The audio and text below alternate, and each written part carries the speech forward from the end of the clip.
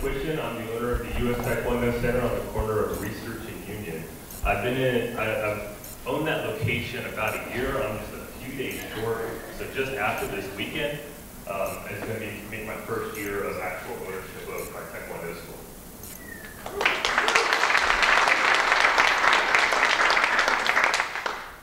So I want to thank you for the opportunity to be able to speak in front of you today. I've had the pleasure of hearing some of your presentations, and I'm just floored by the way that you guys are trying to help your community and the way that you are trying to serve one another. I don't meet a lot of people that are very other-seeking, very giving of their time.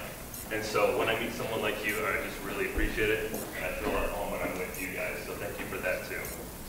So the thing that I do with Taekwondo, I teach kids how to make good choices, whether they feel good or not. So I teach them how to better understand their emotions and make their choices so they can say yes to mom and dad the first time they're asked to do something. Yes. So not the second, third, or fourth time, but the first time. And I typically see changes in attitude and behavior within the first week of training within my classes. So to dive back a little bit, share a little bit of my story. The reason that I got started in Taekwondo is my life hasn't been easy, not at all.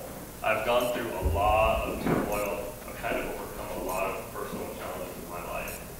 So when I was a boy, my parents asked me one day, they were feeling really good and they felt, well, we want to give him something. So they asked me, if there's anything in the world that you want, you can have it. What do you want?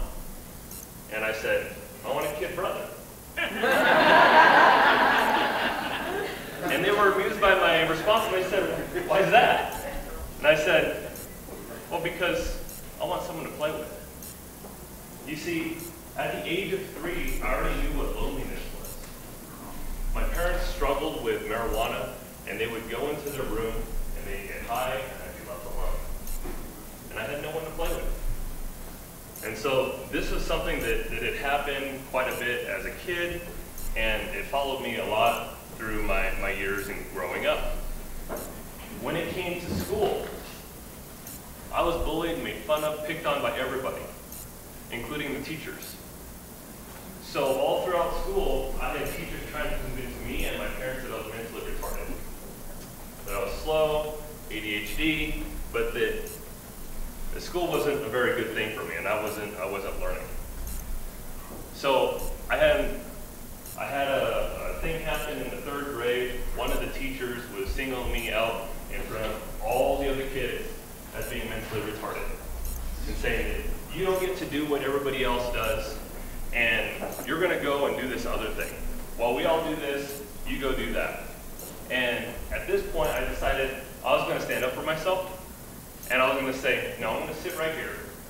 I'm able to do what everybody else does. I'm just like everybody else. And the teacher got more and more upset with me the more that I refused to go. And I got sent to the principal's office. My parents got called. And my parents not really knowing what to do with that situation, they didn't hear much of my side of the story. And I got punished and I got the beating of my life. So that day, my self-confidence was taken from me. And I learned in that moment that someone else's opinion of me mattered more than my own. And I carried that with me for a long time, until halfway through my college career.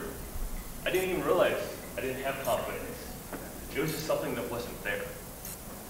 And so, where we lived was in California, and it was a very rough area.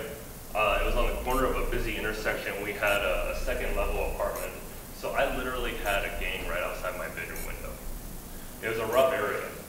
And my parents got me started with Taekwondo in California for self-defense, and it's a great way to get involved with any kind of martial art.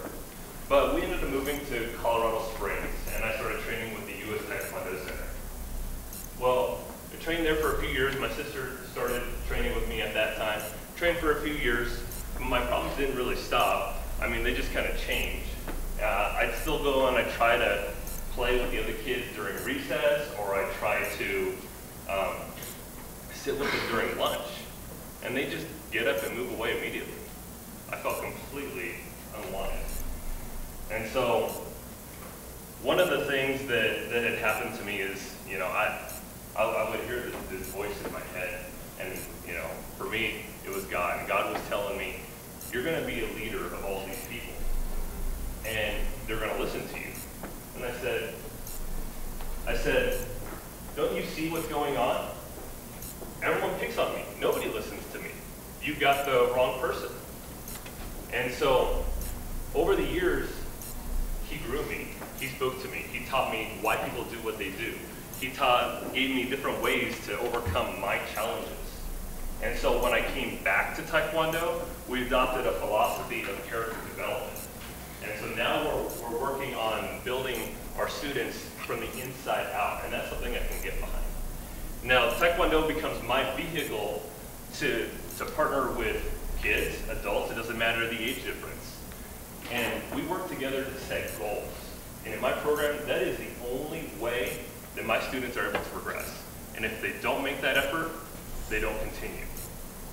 So again, I'm Matt, US Taekwondo Center. Thank you.